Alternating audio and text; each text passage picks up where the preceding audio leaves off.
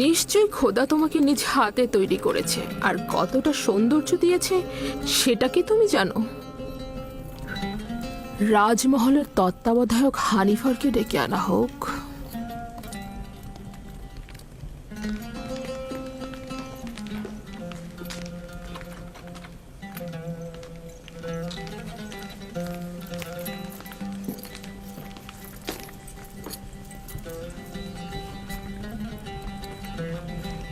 এটি সে তার বালিশের নিচে লুকিয়ে রেখেছিল।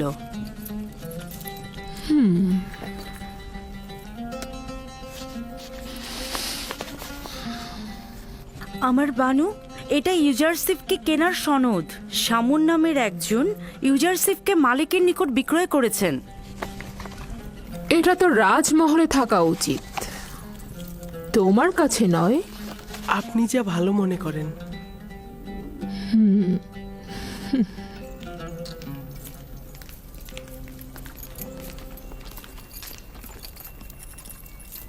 বলুন আমার বানু।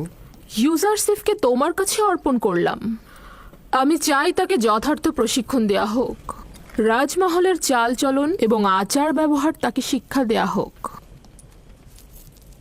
এ ব্যাপারে আপনার ওপর আমার যথেষ্ট বিশ্বাস রয়েছে। আপনি ইউজারশিপকে সঠিক শিক্ষা প্রদান করতে পারবেন।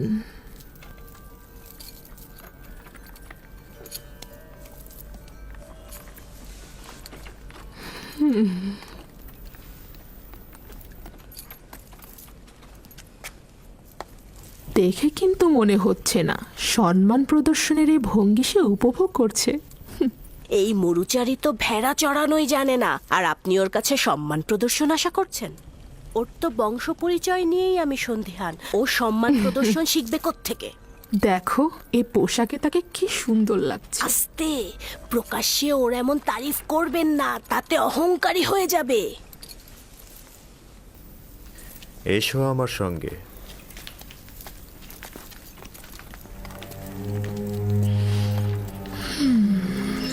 এতক্ষণ যে কামরাটিতে ছিলে সেটাতে বানু জুলেখা ও পুতিফারের একান্ত লোকজনই আসতে পারে। যখন তখন যে কেউ এই কামরায় ঢুকতে পারে না। এই কামরায় প্রবেশ করতে হলে তাকে অবশ্যই 7টি দরজা অতিক্রম করতে হবে। এই 7টি দরজা শক্তভাবে তালাবদ্ধ থাকে, আর তালাবদ্ধ অবস্থায় যে কেউ চাইলেই সেখানে প্রবেশ বা বাহির হতে পারে না। আর এই দরজাগুলোর চাবি শুধুমাত্র বানু জুলেখার কাছেই সংরক্ষিত থাকে। এই জায়গাটি হচ্ছে আমাদের রাজমহলের সবচেয়ে দৃষ্টিনন্দিত স্থান, আর এইখান থেকেই আমাদের প্রিয় মিশরের নীলনদ পর্যবেক্ষণ করা যায়। আর ওই পশ্চিমে মৃত ব্যক্তিদের দুনিয়াও দেখা যায় এখান থেকে। এসো আমার সাথে।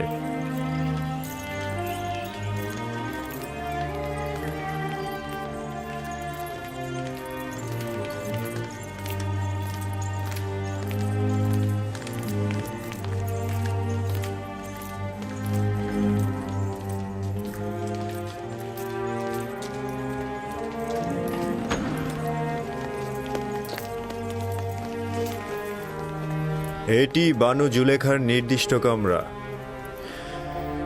তিনি অত্যন্ত দাম্ভিক ও অভিজাত পরিবারের সন্তান। তোমাকে সতর্ক থাকতে হবে, কখনোই তার ফরমানের অবাধ্য হওয়া যাবে না। চলো যাই।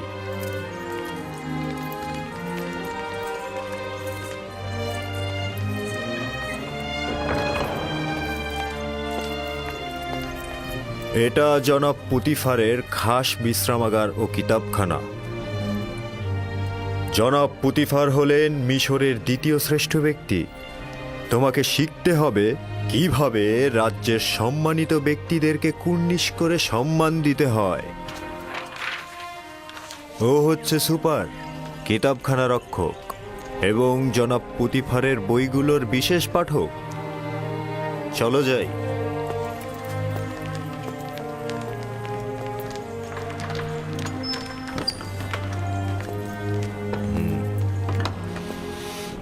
এই কক্ষটি হচ্ছে জনাব পুতিফার ও বানু জুলেখার আহার কক্ষ।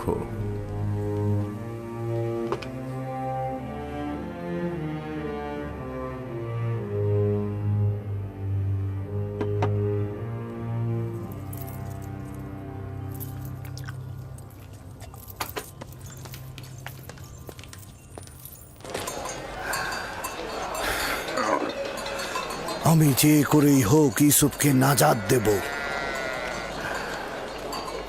তার মুক্তির পথ খুঁজবো। এমন ভাবে বললেন যেন ইউসুফ জেলখানায় আর আপনি তাকে মুক্ত করবেন। কয়েদখানায় থাকা আর গোলামি করা তো একই। কিন্তু পুতিফারের রাজমহলে ওর মতো গোলাম আর একজনও নেই। যদি পাখির জন্য আকর্ষণীয় খাঁচা বানানো হয়, তবে কি সেটা পাখির জন্য খাঁচা নয়? ইউসুফকে মুক্ত করে ইয়াকুবের কাছে নিয়ে যাব। এর আগে আমি কিছুতেই মিশর ত্যাগ করব না। কিন্তু আপনি দেখেছেন পুতিফার আর ওর স্ত্রী ওকে কতটা ভালোবাসে। কিন্তু ইয়াকুব নবীর তুলনায় তা নগণ্য। ইউসুফের বিচ্ছেদে না জানি ইয়াকুবের কি অবস্থা হয়েছে। কিন্তু মালিক, ইউসুফ তো নিজেই বলেছে তার মিশরে আসাটা খোদাবন্ধের ইচ্ছায়। এটি আমার সর্বশেষ বাণিজ্য। যত দ্রুত সম্ভব জিনিসপত্র বিক্রি করে ব্যাবেলে ফিরে যাও। কি?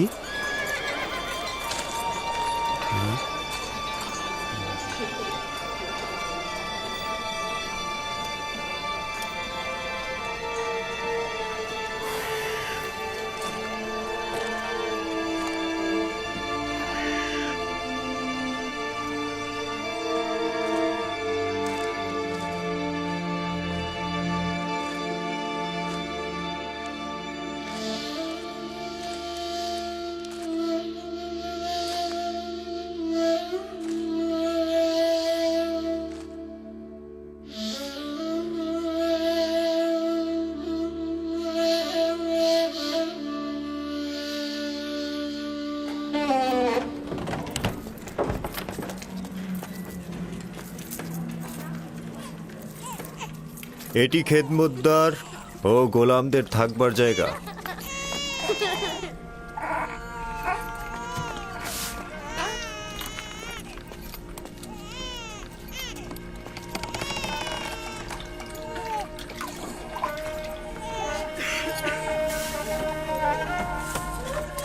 জনাব হানিফার এসেছে, জনাব হানিফার এসেছে, জনাব হানিফার এসেছে। এরা সকলেই জনাব পুতিফারের রাজমহলের খেদমতদার। এরা মহলের বিভিন্ন অংশে কাজ করে থাকে। কেউ কেউ প্যাপিরাসের খামারে কাজ করে, আবার কেউ কেউ তুলা চাষও করে।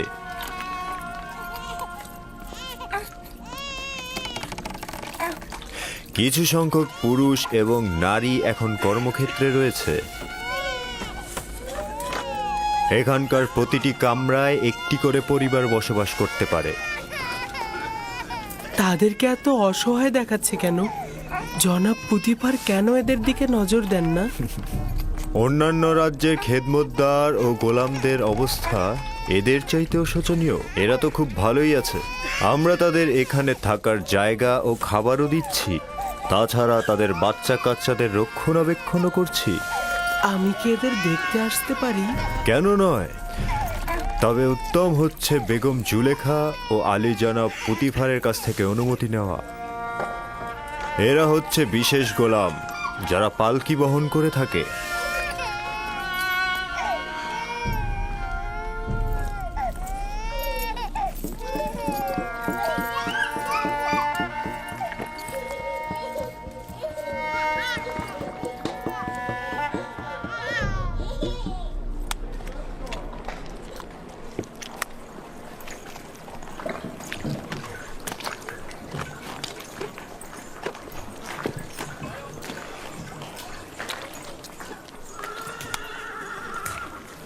এখানে প্যাপিরাস থেকে লেখার কাগজ তৈরি হয়। আলী জনাব হানিফার ওপর দরুদ বর্ষিত হোক। এটা প্যাপিরাসের কাগজ, এটাতেই লেখা হয়। আমরা লেখার জন্য পশুর চামড়া ব্যবহার করতাম। এটা কিন্তু পশুর চামড়ার থেকেও উত্তম। তুমি কি লিখতেও পারো? যিনি আমাকে সৃষ্টি করেছেন তিনি লেখা শিখিয়েছেন। বাহ, বেশ ভালো। একজন গোলাম যদি লিখতে জানে সেটা মালিকের জন্য নিয়ামত স্বরূপ। তুমি কার কাছ থেকে শিখেছ বললে? আমার মালিকের কাছ থেকে। তিনি সব ভাষাই জানেন। খুব ভালো, চলো যাই, ওই দিকটা দেখাই।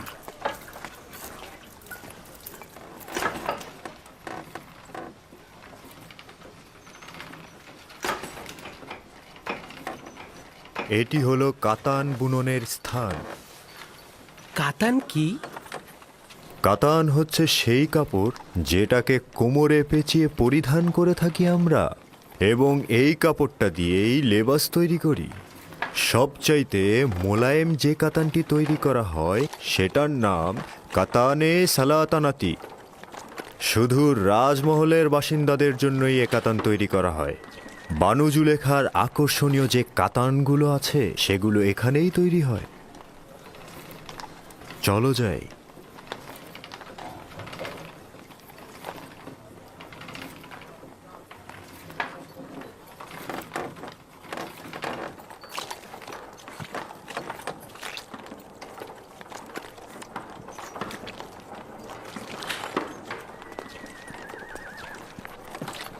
দেখছো, এখানে মাটির জিনিস তৈরি হয়। আলী জনাবের উপর দরুদ বর্ষিত হোক। সেদিন ঘোড়ার গাড়ির সঙ্গে লেগে পানি সরবরাহের কিছু পাইপ ভেঙে গেছে, সেগুলো বদলে ফেলবে। এই রকম হলে চলবে তো? হ্যাঁ হ্যাঁ, দ্রুত করবে।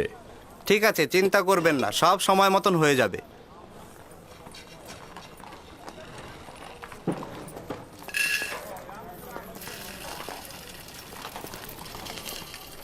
এটি খাদ্য সরবরাহের ভাণ্ডার। রাজমহলের সমস্ত খাবারের উপকরণ এখানেই রাখা হয়।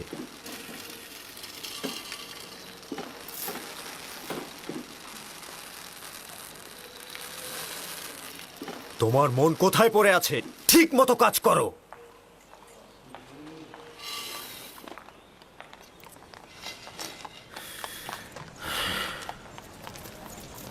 ভুলে যেও না, এখন থেকে তোমাকে তলব করে সওয়াল করা না পর্যন্ত কোনো জবাব দেবে না।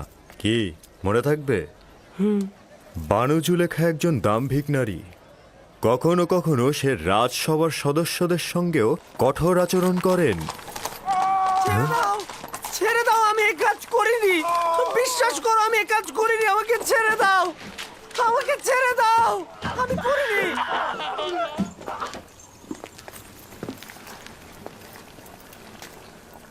এটি রাজমহলের রান্নাঘর। বিভিন্ন ব্যক্তিদের জন্য এখানে হরেক রকমের রান্না করা হয়। গোলাম ও খেদমতদারের জন্য আলাদা খাবার, দায়িত্বশীল ব্যক্তি ও তত্ত্বাবধায়কদের জন্যও আলাদা খাবার, এবং জনাব পুতিফার ও বানু জুলেখার জন্য স্বতন্ত্র খাবার তৈরি করা হয়। কেন অনেক রকম খাবার তৈরি করা হয়? সকলের জন্য একরকম খাবার তৈরি করলেই তো হয়।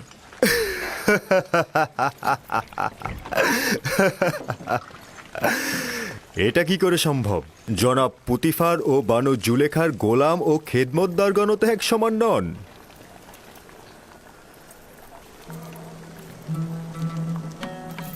ও হচ্ছে ইউজারশিপ। এখন থেকে ইউজারশিপই তোমাদের খাবার বন্টনে সহায়তা করবে।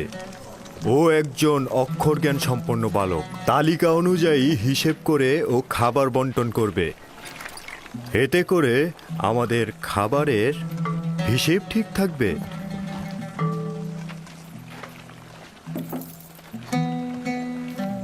দেখেছো তোমাকে কত আগ্রহের সঙ্গে দেখছে, আর তোমার জন্যই এখানে জড়ো হয়েছে সবাই। তোমরা এখানে কি চাও? নিজেদের কাছে যাচ্ছ না কেন?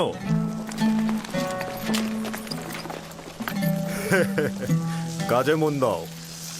চলো ইউজারশিপ।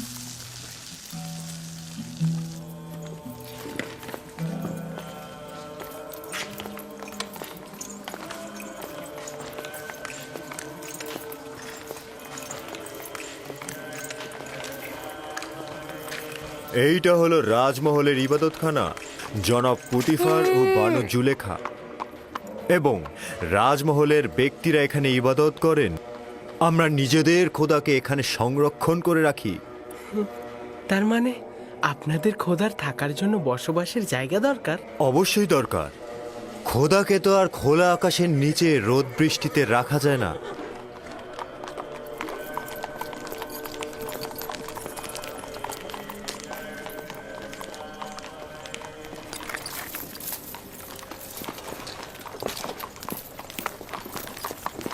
জনাবে মহান হানিফারের উপর দরুদ। সাধারণত রাজমহল দর্শনের সময় সকালবেলা, হঠাৎ এই দুপুরবেলা। ইউজারসিফকে রাজমহল দেখাতে নিয়ে এলাম। আমি চাইছি এই রাজমহল ও এর আদিবাসীদের সঙ্গে ওর পরিচয় হোক। ওখানে কি হয়েছে?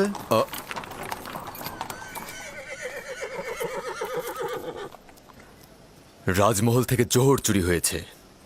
এরা সকলেই রাজমহলের অভ্যন্তরীণ পাহারাদার। কেউ স্বীকার করছে না, কিন্তু একজন আরেকজনকে দোষ দিচ্ছে। তাই নাকি? চলো দেখছি ব্যাপারটা।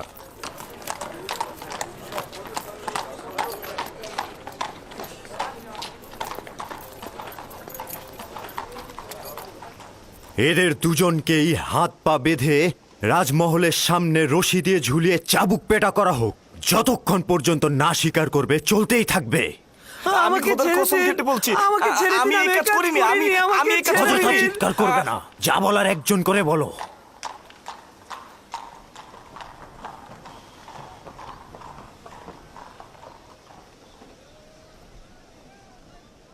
কিন্তু জনাব হানিফার, মহান খোদার কসম, আমি অপরাধী নই। সত্যি বলছি, আমি চুরি করিনি। আসলে যেদিন চুরি হয়েছে সেদিন তো আমি আসিনি, সেদিন তো আমি ছিলামই না, আমি চুরি করিনি। আমরা তো অবশ্যই দোষীকে খুঁজে বের করতে সক্ষম হব, তাই না? এর চাইতে উত্তম হবে দোষ স্বীকার করো, নয়তো পরিণতি খুব ভয়াবহ। সে বলেছে তুমি তার গাফিলতির সুযোগে খেদমত মহলে প্রবেশ করেছো। আমি প্রবেশ করেছি? আমি তো সেদিন আসিনি। ও মিথ্যে কথা বলছে, মিথ্যুক কথাকার। ভুল করেছি, তখনই ওকে ধরা উচিত ছিল আমার। আমি খোদার নামে কসম কেটে বলছি, আমি নিজ চোখে দেখেছি ওকে চুরি করতে। আমাকে আর কেউ দেখলো না, শুধু ও দেখলো? এটা হতে পারে? একজন পাহারাদারের দায়িত্ব খিদমত মহলে কে প্রবেশ করছে এবং বের হচ্ছে তার নজর রাখা। তোমার ঘুমানো উচিত হয়নি। তুমি দোষী, কেননা তুমি কাজের সময় ঘুমিয়েছ আর তোমার পক্ষে কোনো সাক্ষীও নেই। কিন্তু আলী জনাব, আমি সত্যি করে বলছি, আমি চুরি করিনি। দুঃখিত। নিনিফার কোপাতাকে আজাদ করুন এবং ওকে জেলখানায় পাঠিয়ে দিন। আলী জনাব, আমি চুরি করিনি, আমি চোর নই, আমি সত্যি বলছি, আপনারা আমাকে রহম করুন। খোদার কসম কেটে বলছি, আমি। তোমার জবান বন্ধ করো। নীলিফার, তুমি খোদার ক্রোধে আগুনে জ্বলবে। কেন সত্যি বলছো না? আলী জনাব, আমি চুরি করিনি, আমি সত্যি বলছি, খোদার কসম। আমি চোরকে শনাক্ত করতে পারবো। না পুত্র আমার, এটা তোমার কাজ নয়। আমি আপনাদেরকে নিশ্চয়তা দিচ্ছি, আপনারা কি চোরকে শনাক্ত করতে চান না? চাই, কিন্তু তুমি কি করে চোরকে শনাক্ত করবে? আমার আব্বাজান শিখিয়েছে, তিনি ফয়সালা নির্ধারণে দক্ষ ছিলেন।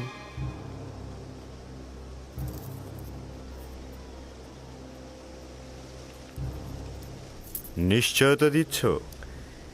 জি জনাব হানিফার, চাইলে পরীক্ষা করুন।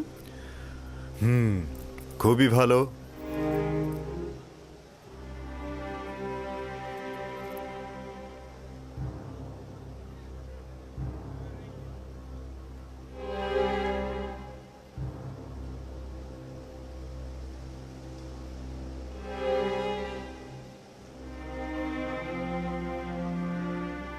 আমি জানি চোরকে।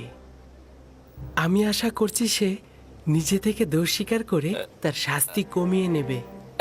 আসলে যেদিন রাজমহলে চুরি হলো সেদিন আমার পাহারার দায়িত্বই ছিল না, আমি তো সেদিন আসিনি। আমি যে চুরি করিনি এটার কোনো সাক্ষী নেই, তবে সত্যি করে বলছি, আমি নিজ চোখে নীলিফারকে চুরি করতে দেখেছি, খোদার কসম।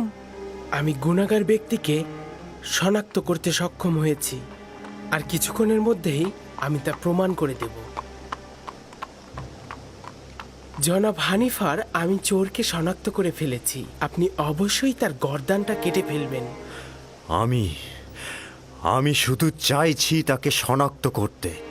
একবার শুধু শনাক্ত হোক। তাকে কোনরূপ ক্ষমা করা হবে না, শুধু শনাক্ত করুন। জনাব রুদামুন, এই দুজনকেই বাগিচার কাছে নতজানু করা হোক।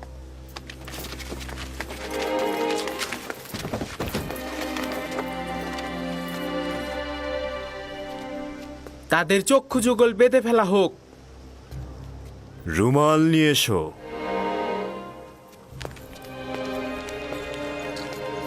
তার হাত বেঁধে ফেলো।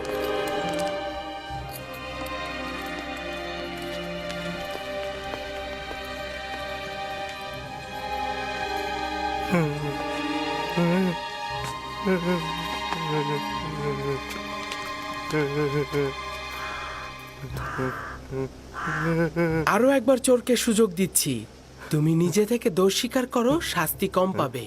কিন্তু আমি যদি শনাক্ত করি তাহলে অবশ্যই তোমার গর্দান কাটা হবে।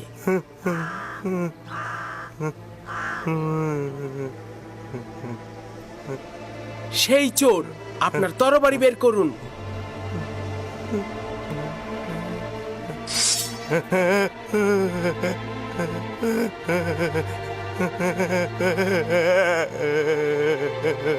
এই চোরটার গর্দান কেটে ফেলুন। না না না না, আমি স্বীকার করছি, আমি স্বীকার করছি, আমি চুরি করেছি, আমি ভুল করেছি, আমি স্বীকার করছি। জনাব রুদামুন, আমি স্বীকার করছি, আমি চুরি করেছি। তুমি নিজেও চিন্তা করনি যে এত তাড়াতাড়ি স্বীকার করবে। সাবাস ইউজারশিপ, সাবাস। তাকে নিয়ে যাও।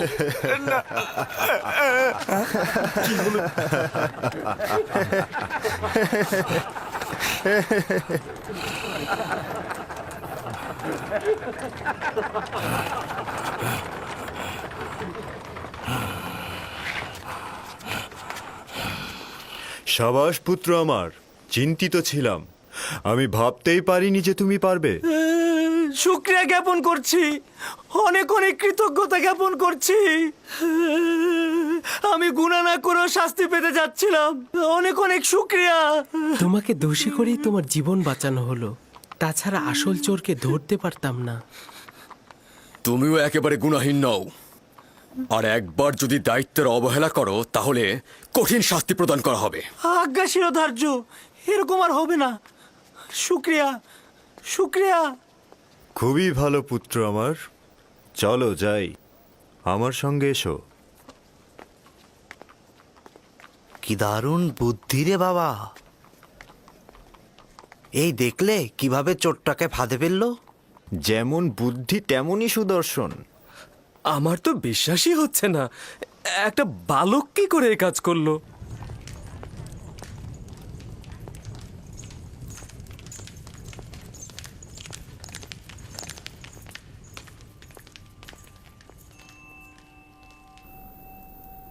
সে তো ভেবেছিল আমরা তার শিরচ্ছেদ করছি, সঙ্গে সঙ্গে সে তার জায়গা থেকে উঠে দাঁড়ালো এবং গুনাহ স্বীকার করে নিল। সে তো ভয়ে বলতে থাকলো যে না না, শিরচ্ছেদ করো না, গুনাহ আমি করেছি, আমি চুরি করেছি, আমি আমার দোষ স্বীকার করছি। ইউজারশিপের এই চতুরতা দেখে সবাই তো একদম অবাক হয়ে গেল। কেউ তো চিন্তাও করতে পারেনি তার মতো একটা বালক এত তীক্ষ্ণ বুদ্ধি সম্পন্ন। আমি অবশ্যই জনাব পুতিফারের কাছে মূল্যবান হাদিয়ার জন্য শুক্রিয়া জ্ঞাপন করব। ইউজারশিপ খুব বুদ্ধিমান এবং অক্ষর জ্ঞান সম্পন্ন বালক। আজ থেকে কেউ অতিরিক্ত খাবার নিতে পারবে না। যার যতটুকু দরকার ততটুকুই হিসেব করে খাবার বিতরণ করবে সে। একজন অক্ষর জ্ঞান সম্পন্ন গোলাম তার মালিকের কাছে নেয়ামত স্বরূপ। ইউজারশিপের বিশ্রামাগার কোথায় নির্ধারণ করেছেন? এখনো সিদ্ধান্ত গ্রহণ করিনি। গোলামদের থাকার জন্য নির্ধারিত স্থান রয়েছে, এখানে সিদ্ধান্তের কি দরকার? না, গোলামখানায় নয়, এখানেই রাজমহলের মধ্যে, যা গতরাতে নির্ধারণ করা হয়েছে। ইউজারশিপ, তুমি কি রাজি আছো? শুক্রিয়া জ্ঞাপন করছি। যদি অনুমতি দান করেন, আমার শোবার জায়গা রাজমহলের গোলামদের মধ্যে হলে উত্তম হবে। আমি বলবো তুমি কোথায় এবং কাদের সাথে জীবন গড়বে। বুঝতে পেরেছ? জি। বানু, রাজমহলে একজন গোলামের উপস্থিতি নিয়মের বরখেলাপ। এতে করে অন্যান্য গোলামরা ঈর্ষান্বিত হয়ে উঠতে পারে। যখন আমি এবং এই মহলের প্রভু পুতিফার তার প্রতি আকৃষ্ট হয়েছি, তখন আর কারো হক নেই তার প্রতি দৃষ্টি দেয়ার।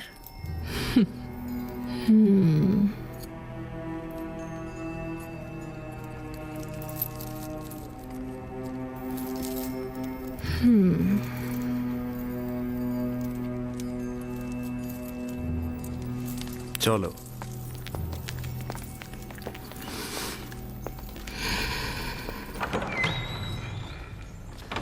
ইউজারসিফ, পুত্র আমার কোনো পুত্র সন্তান নেই। আমাকে তোমার পিতার ন্যায় জানবে এবং যে কোনো মুশকিলে আমাকে স্মরণ করবে। শুক্রিয়া জ্ঞাপন করছি।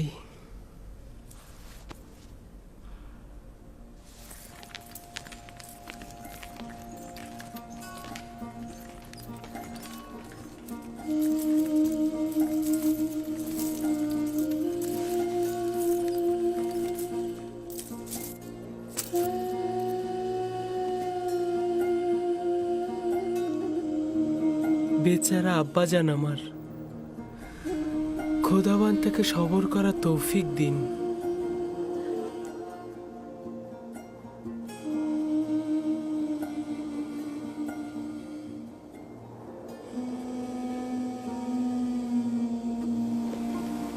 হে কানানের নেকড়ের পাল, তোমাদের বলছি, হে কানানের সমস্ত নেকড়ের পাল, তোমরা নিশ্চুপ কেন?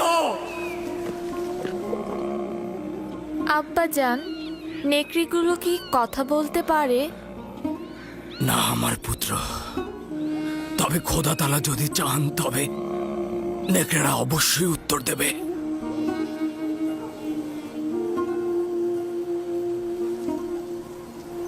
দেখো দেখো আমার পুত্র, ওই যে একটা নেকড়ে, দেখো ওরা আসছে।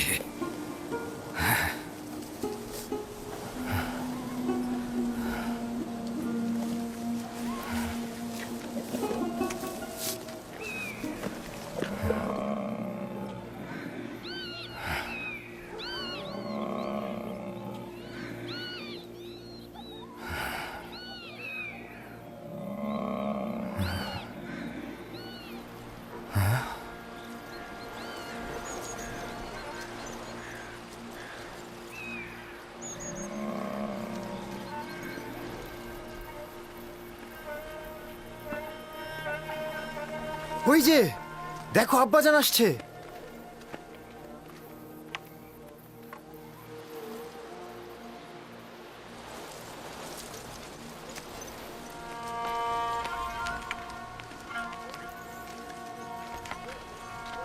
এখনো বলো, তোমরা তোমাদের ভাইয়ের সাথে কি করেছো?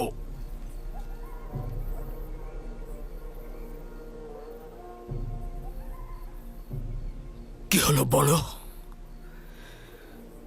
কথার উত্তর দিচ্ছ না কেন লাবি? পূর্বে বলেছি তো তোমরা মিথ্যে বলছো। নেকড়েরা অস্বীকার করেছে, ইউসুফের খবর তাদের কাছে নেই। নেকড়ে? নেকড়ে কি করে অস্বীকার করতে পারে? আমি দেখেছি, ওরা আব্বাজানকে বলেছে, ওরা মাথা নেড়ে বলেছে ওরা জানে না। বিলম্ব না করে সত্যি বলো, ইউসুফের সাথে তোমরা কি করেছো? এখনো ফুরসাত রয়েছে। সত্য এটাই যা আগে বলেছি, ইউসুফকে নেকড়েরাই ভক্ষণ করেছে। নেকড়েকে দোষারোপ করো না, তোমরা যা করেছো নেকড়ের বেশে করেছো। এখনো সময় আছে, হাকিকত বলো।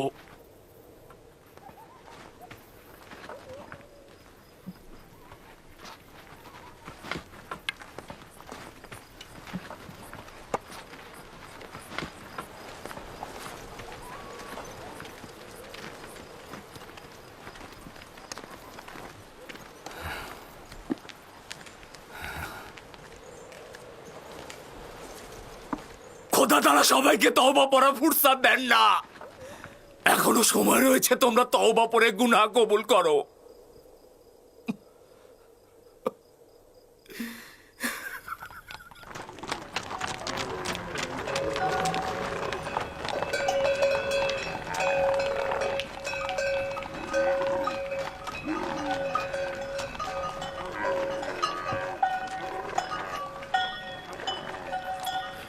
আপনার উপর দরুদ বর্ষিত হোক। আশা করি আবার দেখা হবে। খোদা হাফেজ। খোদা হাফেজ।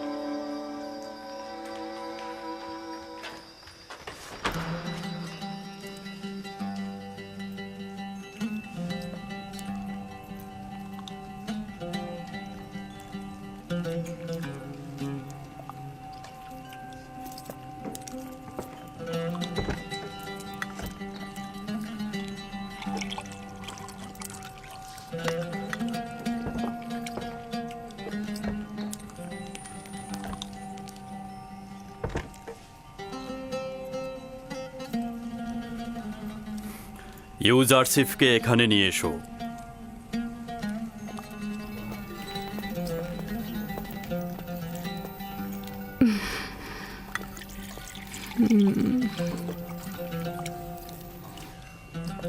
এতদিন তোমার সঙ্গে জীবনযাপন করে আমি উপলব্ধি করলাম যে আমি কখনো সন্তানের অধিকারী হব না। আমি তোমাকে জননীর নিয়ামত থেকে বঞ্চিত করতে চাই না।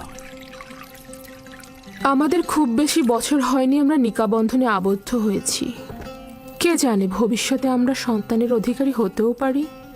পূর্বে থেকেই জনাব পুতিফারের প্রতি আমার ভালোবাসার সন্তান না থাকার কারণে নয়, বুঝতেই পারছেন। তোমার মহব্বতের প্রতি আমার বিন্দুমাত্র সন্দেহ নেই। আমি ইউজারসিফকে ঠিক এই কারণেই তোমার কাছে অর্পণ করেছি। আমি জানি এরকম একটা সন্তান তুমি যদি পাও তবে তুমি এতে অবশ্যই আনন্দিত হবে। কোনো কিছুই আপনার মহব্বতের তুলনায় আমাকে আনন্দিত করবে না। ইউজারসিফকে আমি আপনার হাদিয়ার ন্যায় মহব্বত করব।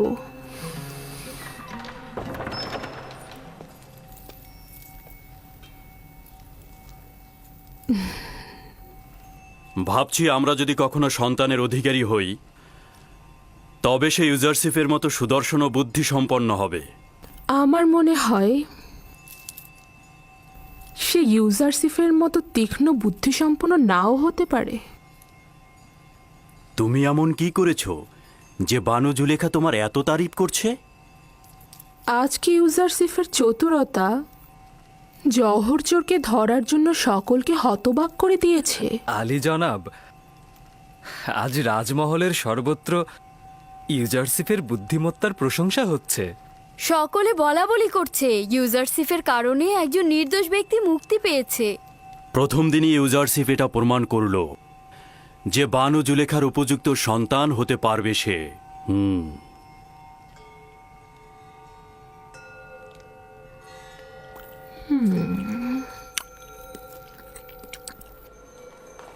আমি নিজে শুনেছি ইউজারসিফকে সন্তান হিসেবে গ্রহণ করার সিদ্ধান্ত হয়েছে।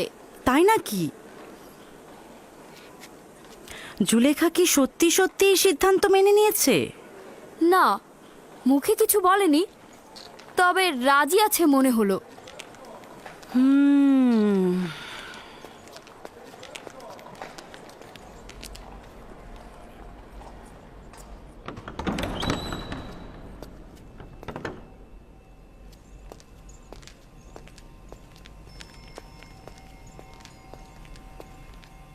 বানু, এই গুজব কি সত্যি যা সর্বত্র ছড়িয়ে গেছে?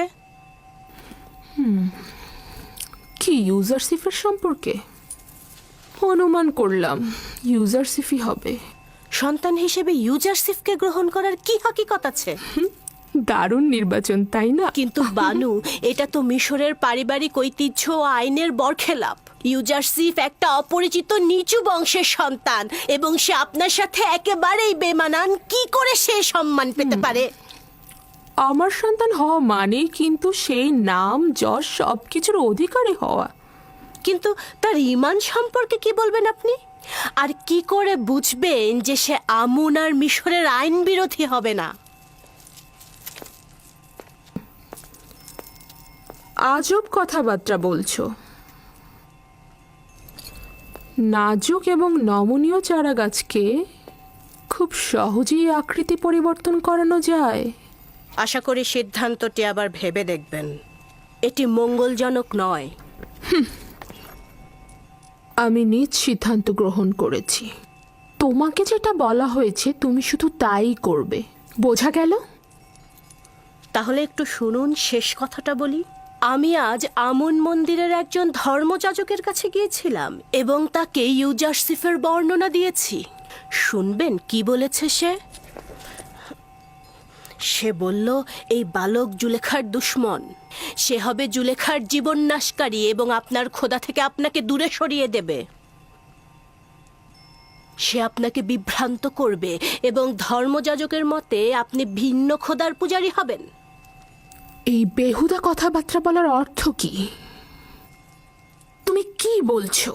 সে কেবলই একজন বালক, তাকে আমার মতো করে যেমন ইচ্ছা তেমন করে গড়ে তুলতে পারবো। আগামীকাল থেকে তাকে সজ্জিত করে আমার কাছে নিয়ে আসবে। তাকে মিশরের জনগণের আদব কায়দা নিয়ম কানুন সম্পর্কে অবগত করব। তুমি আমাকে সাহায্য করবে। আমার সকল চিন্তা আপনার জন্য, কিন্তু আপনার ইচ্ছা যদি এরকমই হয় তাহলে ঠিক আছে, তবে আমাকে কিন্তু পরে কিছু বলতে পারবেন না।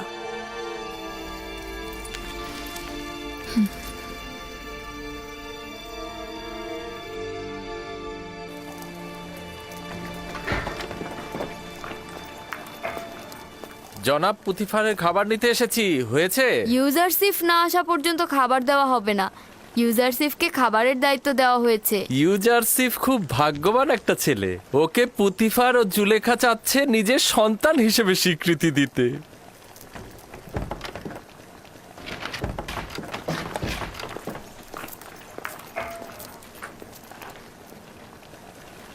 রাজমহলের লোক সংখ্যার পরিমাণ এতে দেয়া আছে। ইউজারসিফ নাও। ও যাকে যতটুকু খাবার দিতে বলবে সেই মোতাবেক খাবার বিতরণ করবে।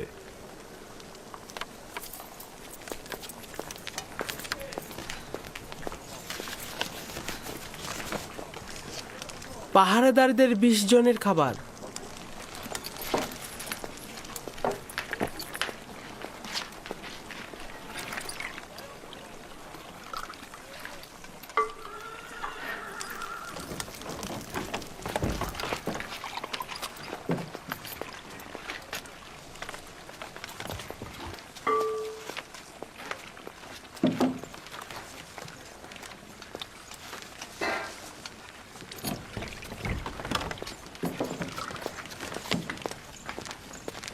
পুরোহিত 20 জন।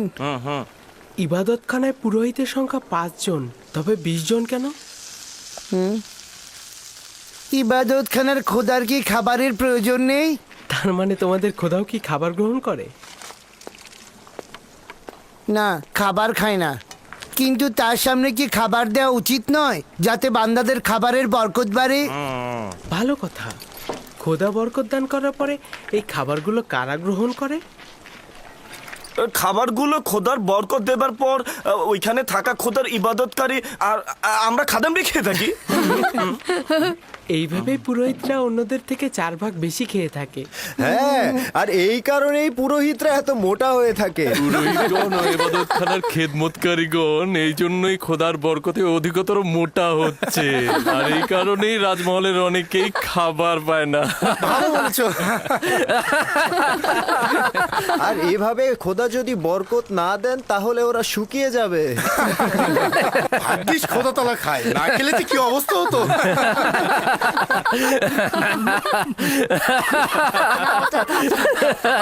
অনেক হয়েছে। তোমরা যদি ইবাদতখানার খাদেমের কাছে লজ্জিত না হও, তবে অন্তত খোদার কাছে তো লজ্জিত হও। চলো।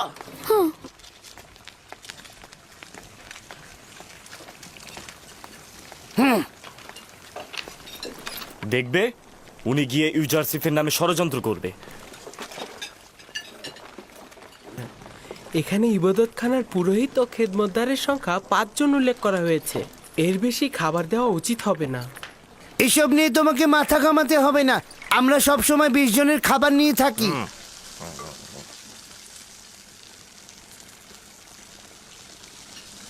আজ যতটুকু চায় ততটুকু দিয়ে দিন। জনাব হানিফার এর সমাধান করবেন।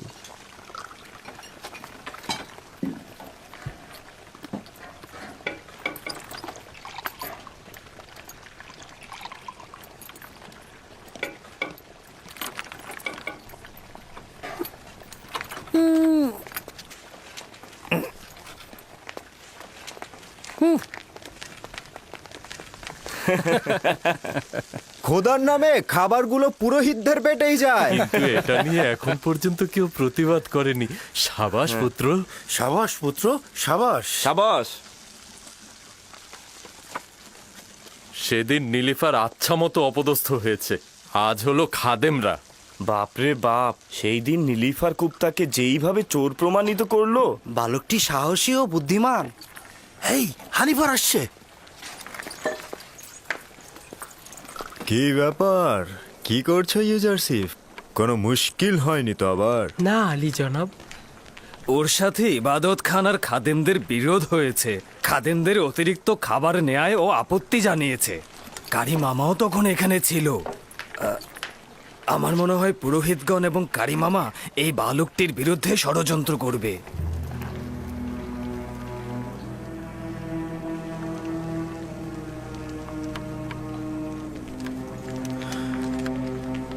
আলী জনাবের খাবার প্রস্তুত হয়েছে? হ্যাঁ আলী জানাব। নিয়ে এসো।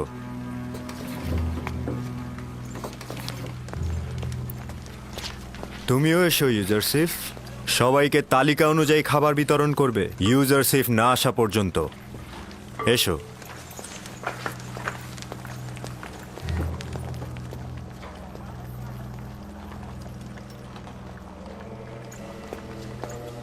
আপনি তো ছিলেন না, তাই জানেন না রাজমহলের কর্মচারীরা কি করে হাসছিল।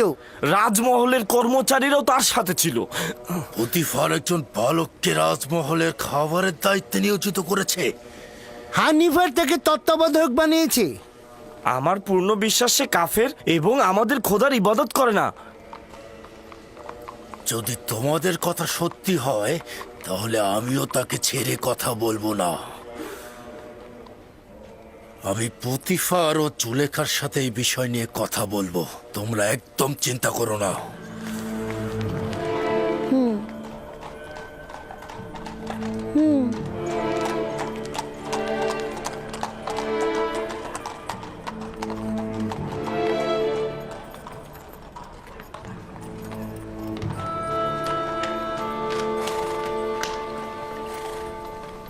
ইউজারসিফ, ইউজারসিফ, তোমার সঙ্গে কথা আছে। মেনিসাপু, কি হয়েছে? এখানে কি করছো? তুমি আমাদের খোদার ইবাদত করো না কেন? তুমি কি কাফের? তোমার উদ্দেশ্যটা কি? পুরোহিত মেঙ্গি পুরোহিত খুপুকে বলছিল যে তুমি নাকি কাফের, আর এটা যদি প্রমাণিত হয় তবে তারা তোমাকে জীবিত রাখবে না। যদি আমার খোদা না চায় তাহলে কোনো কিছুই হবে না। তার মানে কি তুমি সত্যি সত্যি কাফের? তোমাকে নিশ্চয়তা দিচ্ছি আমি কাফের নই, আমি খোদার ইবাদতকারী। তার মানে কোন খোদা? তোমার খোদা, আমার খোদা, আমাদের সকলের খোদা। খুবই ভালো, যাক আমি শান্তি পেলাম। তুমি কি জানো খোদা তাআলা তোমাকে নাজাতের জন্য আমাকে পাঠিয়েছে? আমাকে কিছু বললে? না না, আমি নিজের সঙ্গেই কথা বলছিলাম। কিছু হয়নি, তুমি যাও। এসো আমরা খেলা করি। আচ্ছা ঠিক আছে, আমি আসছি।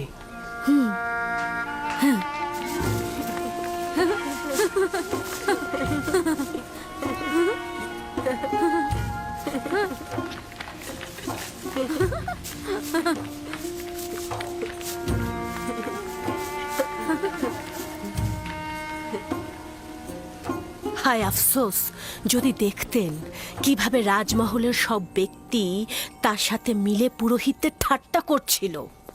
কিভাবে একজন বালক ইবাদতখানার পুরোহিতগণের ঠাট্টা এবং উপহাসের কারণ হলো? কারণ ও প্রতীকীভাবে বলছিল পুরোহিতগণ খোদার নামে খাদ্য সংগ্রহ করে নিজেরাই তা ভক্ষণ করে।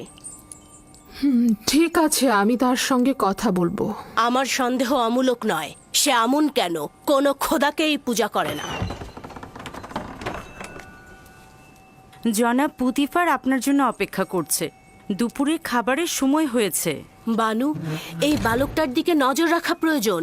যদি ইবাদতখানার মালিক ক্রোধান্বিত হয় তাহলে তার সাথে সাথে আমরাও বিপদে পড়ব।